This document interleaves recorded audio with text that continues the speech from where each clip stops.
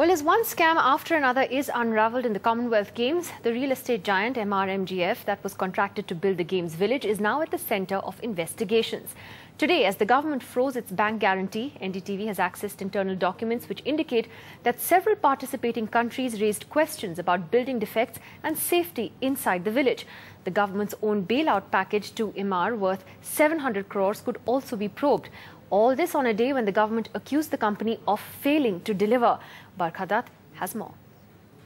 We've been wading through reams and reams of documents that formed the minutes of the meetings that used to take place on an everyday basis by the chef de mission, that's the representatives of all of the 71 countries that were taking part in the Commonwealth Games. And going through some of these documents, you get a sense of just what a nightmare it was in the Games Village in the run-up to the Games. In fact, it went really down to the wire.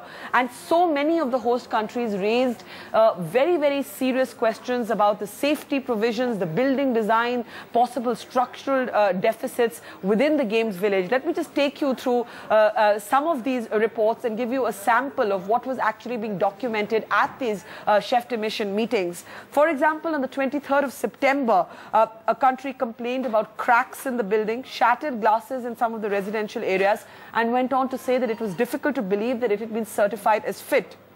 Another country on the same day at this chef de mission meeting said that there was a major safety concern in Tower 32. There was a live plug in a shower cabin, and it was inconceivable that this tower had been certified as safe. And this is another key issue. EMAAR-MGF was, of course, responsible for building the village, but the certification of safety came eventually from the DDA and the OC. On the 24th of September, Canada, at one of these meetings, spoke about a piece of dry wall and concrete falling off at the tower's main entrance, calling it potentially fatal. On the 28th of September, England spoke about water leaks in Tower 4 and said that 25% of the accommodation was unusable.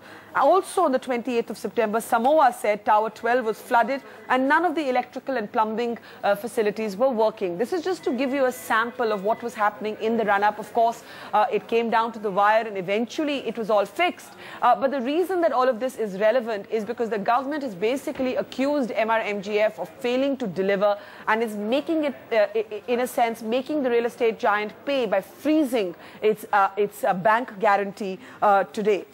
The other reason that EMAAR-MGF is under the scanner is because when this contract was given to EMAAR-MGF to build the village, EMAAR-MGF, as a result of the global slowdown, actually did not have the capital to begin building, and the government actually had to provide a bailout package. And the question is that now, as EMAAR-MGF comes under the scanner, will the government's decision to provide it a bailout package also come under the scanner? What were the terms of this bailout package? Well, effectively, DDA, of which the Lieutenant Governor is the chairman, DDA agreed to buy 333 flats for 700 crore rupees to create capital. This decision was, of course, both the DDA's and the Urban Development Ministry.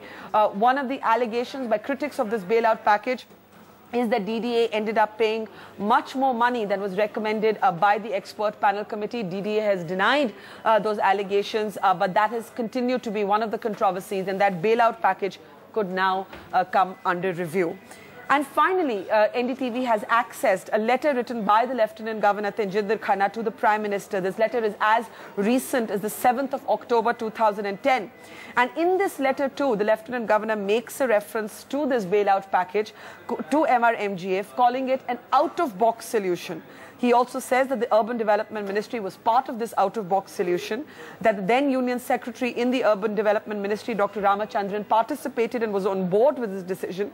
And the bailout had become necessary, one, because of the global recession, and two, because of the reluctance of private investors to book flats in the village.